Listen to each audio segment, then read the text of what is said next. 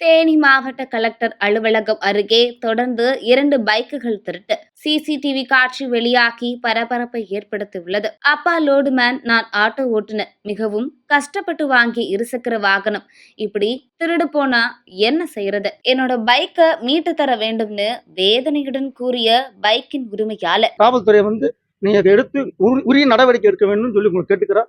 இது போக இந்த வண்டியை நாங்கள் கஷ்டப்பட்டு ரொம்ப இது பண்ணி வாங்கினது. அப்பா லோடுமேன் வளர்க்குறாரு, நாங்கள் ஆட்டோ ஓட்டுற அண்ணா ஒரு கூலி தொழிலாளி.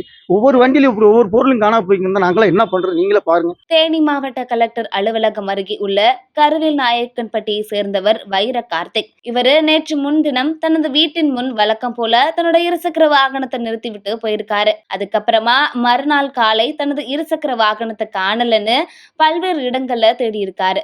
தொடர்ந்து அப்பகுதியில் இருந்த சிசிடிவி காட்சிகளை பார்த்தபோது அதில் மர்ம நபர் ஒருவர் போலீசாவி வைத்து சில வினாடிகள்ல இருசக்கர வாகனத்தை திருடிட்டு அங்கிருந்து சென்றிருக்காங்க. நேற்று முன்தினம் நள்ளிரவு 1:30 மணி அளவுல வைர கார்த்திக்கின் இருசக்கர வாகனம் திருடப்பட்ட நிலையில அதே பகுதியில அந்த மர்ம நபர் மற்றொரு இருசக்கர வாகனத்தையும் போலீசாவி வச்சு திருடியிருக்காரு.